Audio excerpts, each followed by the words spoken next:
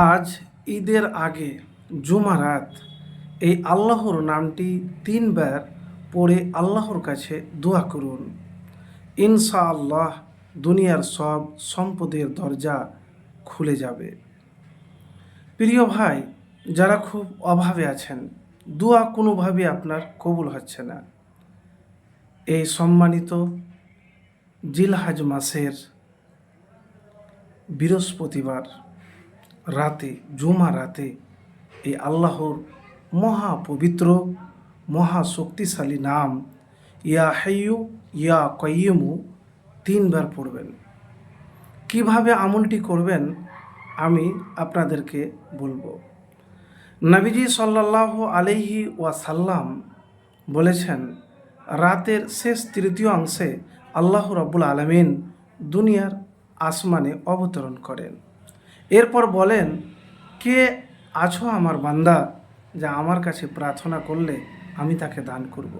কে আছো যা আমার কাছে ক্ষমা চাইলে আমি তাকে ক্ষমা করব। তো প্রিয় ভাই, এই আমলটি করবেন রাতের শেষ অংশে। প্রথমে উজু করে নেবেন। উজু করার পরে আপনি তাহাজ্জুদের নামাজ পড়বেন। সেটা যদি না পারেন 2 রাকাত নফল নামাজ, হাজতের নামাজ পড়বেন।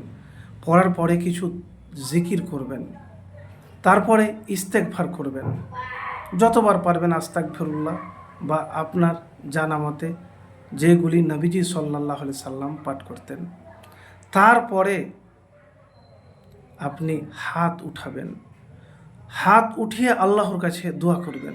এবারে বলবেন, কেন হাত উঠাবো? নবীজি সাল্লাল্লাহু আলাইহি সাল্লাম বলেছেন, বান্দা যখন আল্লাহর কাছে হাত উঠায় তখন আল্লাহ রাব্বুল আলামিন খালি হাত ফেরত দিতে লজ্জাবোধ করেন। তো আশা নিয়ে ভরসা রেখে আপনি দোয়া করুন। প্রথমে আল্লাহর প্রশংসা করবেন। যদি কিছু না জানেন তাহলে সূরা ফাতিহা পড়বেন। তারপরে আপনি ইয়া হাইয়ু ইয়া কাইয়ুমু ইয়া হাইয়ু ইয়া কাইয়ুমু আপনি পড়বেন। কতবার? 3 বার। তারপরে ইয়া হাইয়ু ইয়া কাইয়ুমু বিরহমাতিকা আস্তাগিসু, এটিও 3 বার পড়বেন।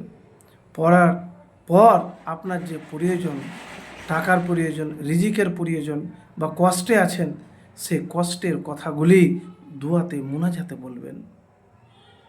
প্রিয় ভাই, এইভাবে একবার দোয়া করে দেখুন। অনেকেই বলে যে দোয়া করি কিন্তু দোয়া কবুল হয় না। সেসব ভাইকে বলবো যে এই জুমার রাত্রে ঈদুল আজহা কুরবানির ঈদের আগের জুমার রাতে একবার এই আমলটি তো করেই দেখুন। ইনশাআল্লাহ আপনি ফলাফল পাবেন। কিন্তু আমল করতে গেলে একটি কথা মনে রাখবেন যে আপনাকে মুত্তাকি হতে হবে। অনেকেই ভাই বলে যে দোয়া করে কি টাকা পাওয়া যায়? দেখেন, আপনার চাওয়া, আপনার পাওয়া, আপনার ভরসা, আপনার বিশ্বাস যদি আল্লাহর উপরে থাকে, ইনশাআল্লাহ পাবেন। আপনার জীবনের সমস্ত অভাব দূর হয়ে যাবে, রিজিকের দরজা খুলে যাবে, টাকা আসার পথ খুলে যাবে। কিন্তু আপনাকে ভরসা রাখবে আর আল্লাহর কাছে চাওয়া বাদ দিবেন না। তো প্রিয় ভাই, একবার তো চেয়ে দেখুন, ইনশাআল্লাহ ফলাফল পাবেন। তো প্রিয় ভাই, যখন দোয়া করবেন মুনাজাতে, তার আগে দুরূদ শরীফ পাঠ করবেন। দুরূদ শরীফ পাঠ না করতে গেলে আপনার দোয়া কবুল হবে না। আসমানের নিচে দোয়া আপনার ঝুলন্ত থাকে। আর এতটুকুন বলবো, পবিত্র হয়ে দোয়া করবেন, তাহলে দোয়া কবুল হবে। অপবিত্র হয়ে দোয়া করলে কবুল হবে না। সব দিক থেকে আপনাকে পরিপবিত্র হতে হবে।